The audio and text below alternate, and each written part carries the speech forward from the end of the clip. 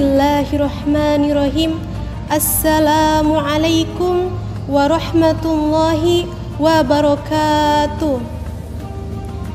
Alhamdulillahilladzi an'amana bini'matil imani wal islam.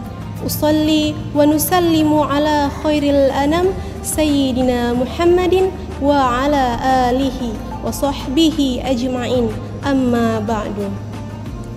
Pemirsa yang dirahmati Allah Subhanahu wa ta'ala, pertama-tama marilah kita memanjatkan puja dan puji syukur kita atas kehadirat Allah Subhanahu wa ta'ala, yang mana telah memberikan kita beribu bahkan bermiliaran nikmatnya, di antaranya nikmat iman, nikmat Islam, serta nikmat kesehatan dan kesempatan. Solawat bertangkaikan salam, tak lupa pula kita sanjung sajikan kepada pemimpin tak berdasi umat Islam. Beliau adalah kekasih Allah, bergelarkan Rasulullah, bertitelkan Habibullah. Putra Abdullah dan Aminah tak lain dan tak bukan, dialah Nabi Muhammad sallallahu alaihi wasallam.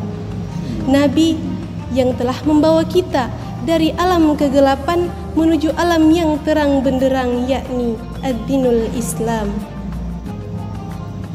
Pemirsa yang dirahmati Allah Subhanahu wa ta'ala dan pemuda-pemudi dimanapun kalian berada, semoga kita semua senantiasa di dalam lindungan Allah Subhanahu wa ta'ala. Berbicara tentang pemuda tentunya berkaitan dengan masa muda. Masa muda adalah masa yang paling tepat, masa yang paling kuat untuk kita selalu taat kepada Allah, Sang Pemilik nikmat.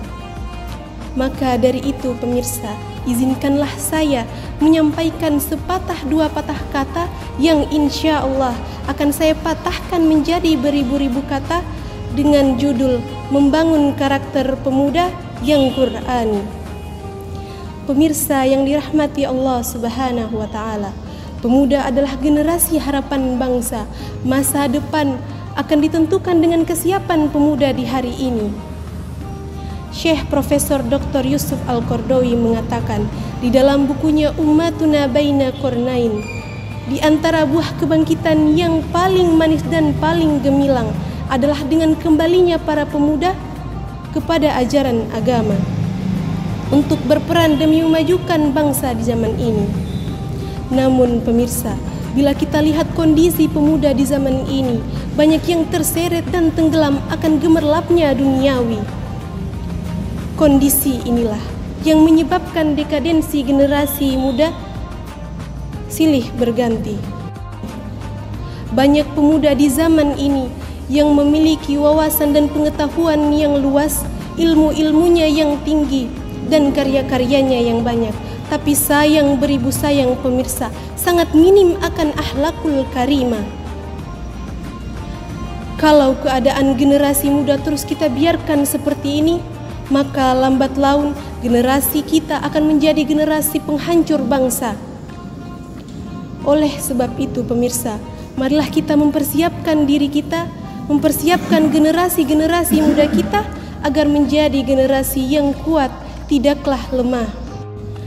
Pemirsa yang dirahmati Allah Subhanahu wa ta'ala, di dalam tafsir Marfu'i yang diterbitkan oleh Kementerian Agama Republik Indonesia menjelaskan bahwa ada perbedaan yang sangat signifikan antara orang yang berilmu dan tidak berilmu. Apakah berilmu saja sudah cukup? Jawabannya tentulah tidak pemirsa.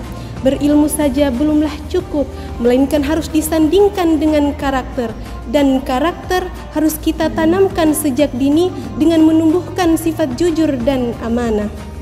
Sebagaimana yang telah dijelaskan di dalam Quran surah An-Nisa ayat 9. A'udzu billahi minasyaitonir rajim. Bismillahirrahmanirrahim. وَلْيَخْشَ الَّذِينَ لَوْ تَرَكُوا مِنْ خَلْفِهِمْ ذُرِّيَّةً ضِعَافًا خَافُوا عَلَيْهِمْ فَلْيَتَّقُوا اللَّهَ وَلْيَقُولُوا قَوْلًا سَدِيدًا, yang artinya, dan hendaklah takut kepada Allah orang-orang yang sekiranya mereka meninggalkan keturunan yang lemah di belakang mereka, yang mereka khawatirkan akan kesejahteraannya.